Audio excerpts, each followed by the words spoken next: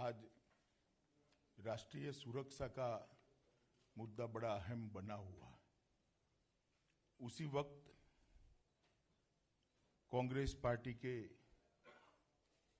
विदेश विभाग के कोऑर्डिनेटर और उनके चुनाव घोषणा पत्र कमेटी के सदस्य श्री सैम पित्रोड़ा जी का जो कल बयान आया वो काफी चिंताओं को जन्म देने वाला है। उन्होंने प्रमुख रूप से बयान में 4 बातें बताई हैं। एक,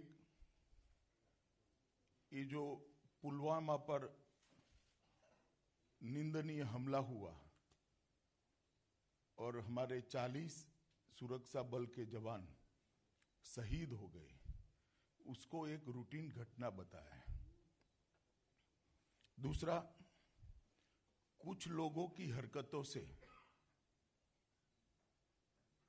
पूरे देश को दोषी नहीं मानना चाहिए, इस प्रकार का भी बयान दिया। तीसरा, 26/11 के रेफरेंस में कहा कि आतंकी हमलों का जवाब एयर स्ट्राइक या सर्जिकल स्ट्राइक नहीं हो सकता, बातचीत हो सकता है। और मैं आज कांग्रेस पार्टी को कुछ सवाल पूछना चाहता हूं। कांग्रेस पार्टी के अध्यक्ष श्री ने इस बात को देश की जनता के सामने स्पष्ट करना चाहिए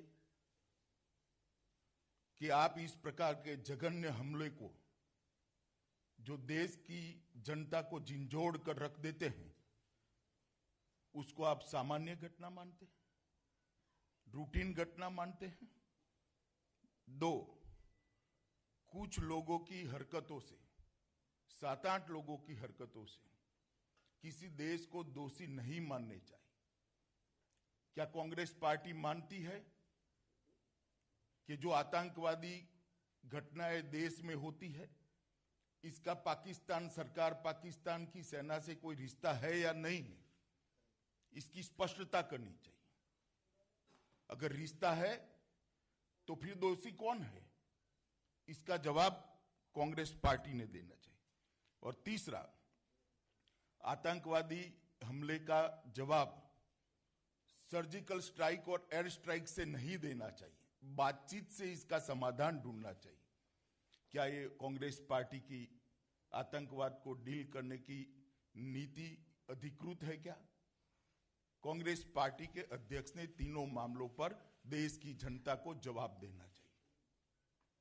जब देश पर इस प्रकार के आतंकी हमले होते हैं, देश के सुरक्षा बल और सेना के जवान हताहत होते हैं, देश के नागरिक हताहत होते हैं, और कांग्रेस पार्टी और उनके इतने प्रमुख पदाधिकारी बातचीत का रास्ता सुझाते हैं, इससे कांग्रेस पार्टी सहमत है क्या?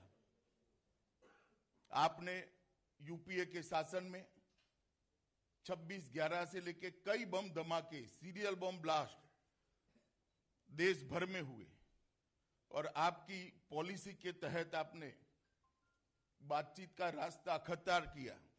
क्या परिणाम निकला? इसका भी जवाब कांग्रेस पार्टी के अध्यक्ष ने देश की जनता को देना चाहिए। उन्होंने स्वयं स्पष्टता करनी चाहिए। कांग्रेस पार्टी हर बार चुनाव नजदीक आती है तो तुष्टीकरण की राजनीति करती है, अपीसमेंट की पॉलिटिक्स करती है, वोट बैंक की पॉलिटिक्स करती है। इसमें मुझे कोई आपत्ति नहीं है, ये उनकी परंपरा है।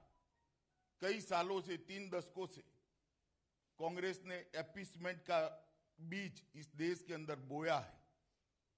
हमें इसमें कोई आपत्ति नहीं है, देश की जनता इसको जानती है। परंतु वोट बैंक की राजनीति क्या देश हित से ऊपर हो सकती है? वोट बैंक की राजनीति शहीदों के खून के ऊपर हो सकती है? वोट बैंक की राजनीति क्या शहीद परिवारों के दुख के ऊपर हो सकती है? इसका भी जवाब कांग्रेस पार्टी के अध्यक्ष ने देना चाहिए।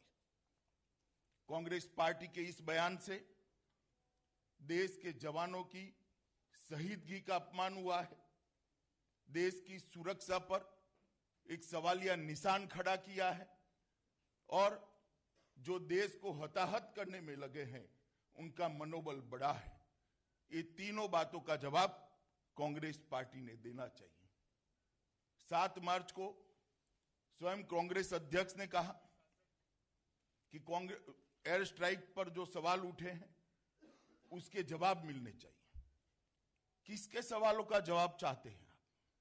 कौन सवाल उठा रहा है? एयरफोर्स पर सवाल उठाने का काम कौन कर रहा है? आप